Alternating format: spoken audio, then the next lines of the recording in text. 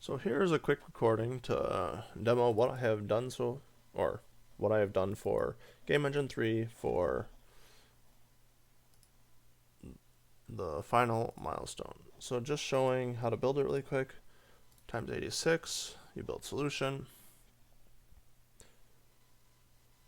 and you'll get your final 6 files out, which you then copy to libs, which you'll get your system libs here, and you open up your engine.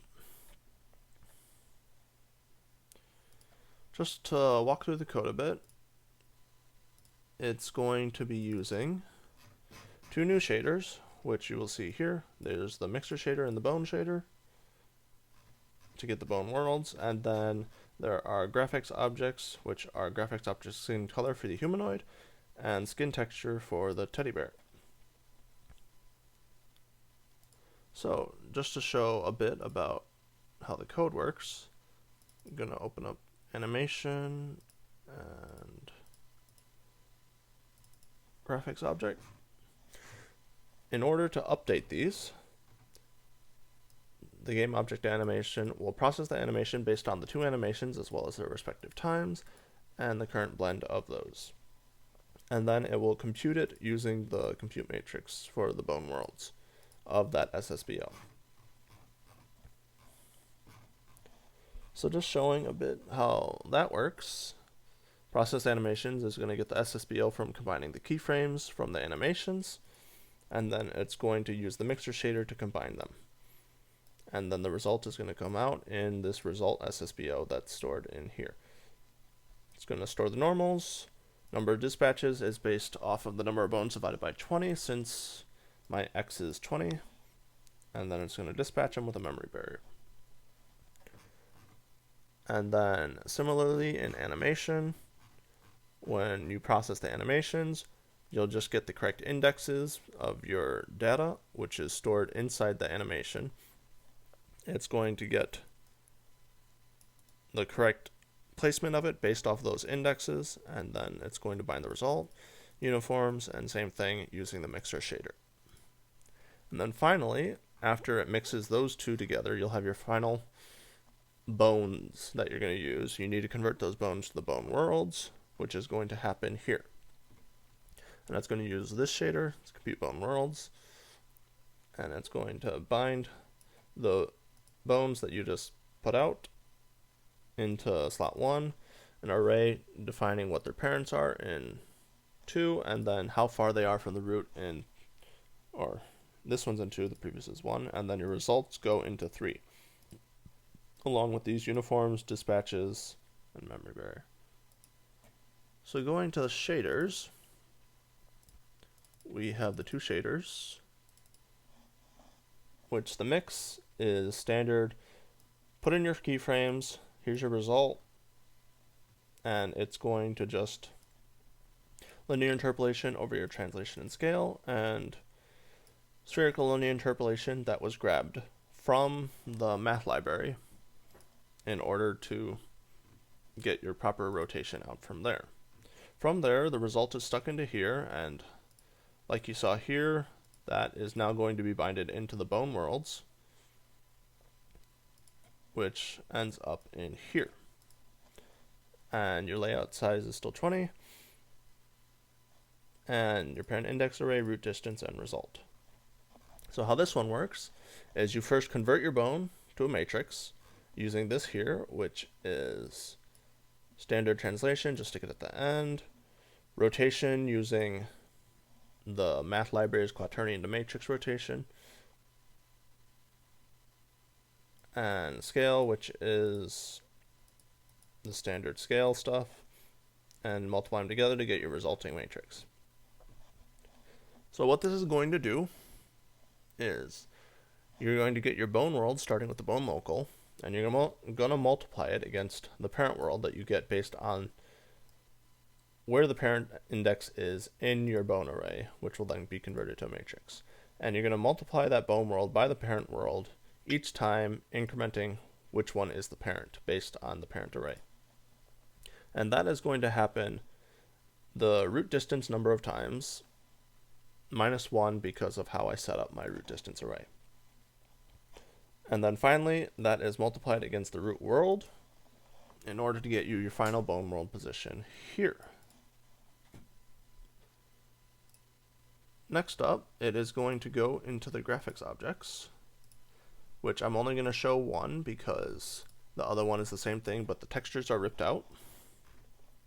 The skin color one is just this with textures ripped out. And when you draw it, it's going to get the shader, it's going to do the standard camera and light color stuff.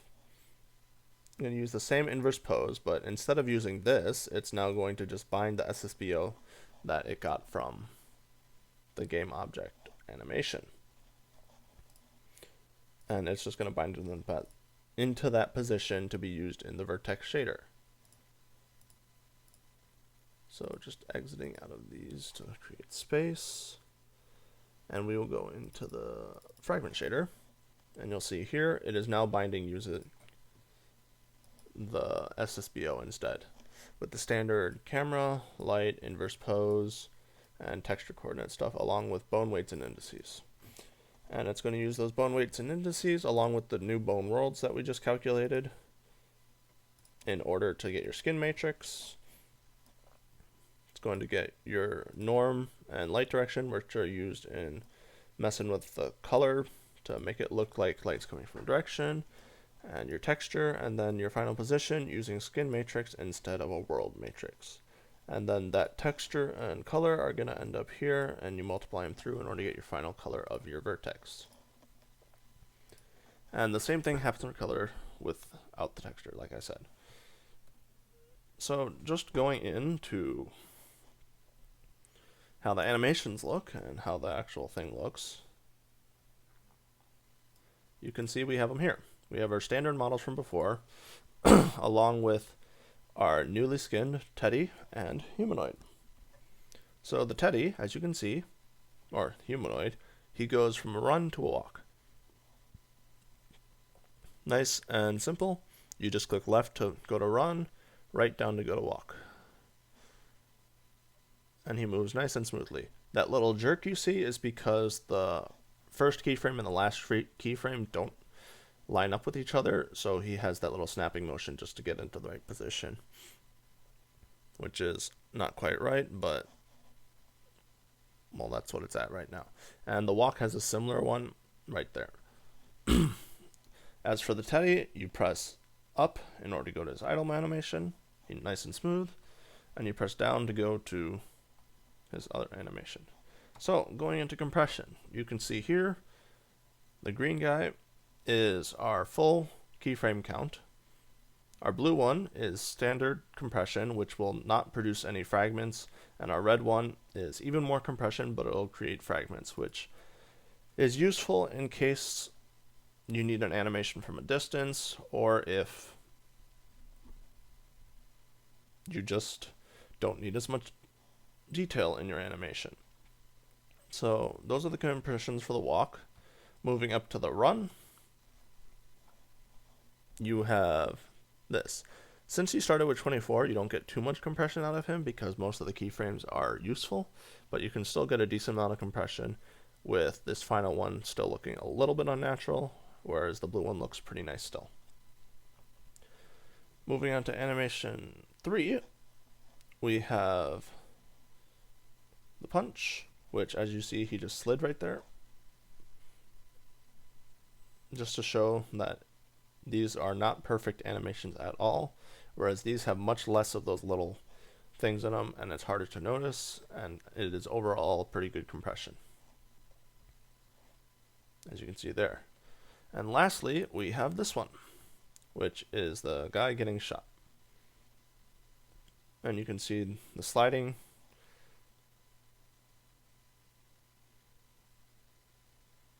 like that. And you can see the compression ratios there. And as a bonus, by holding right, you can move any of these animations to the walk, because that is what I have set up as my second animation. And then to the punch, you can see him punching.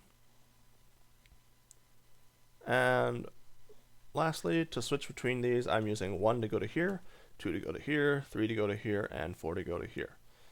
And that sums up what I have done for this demo.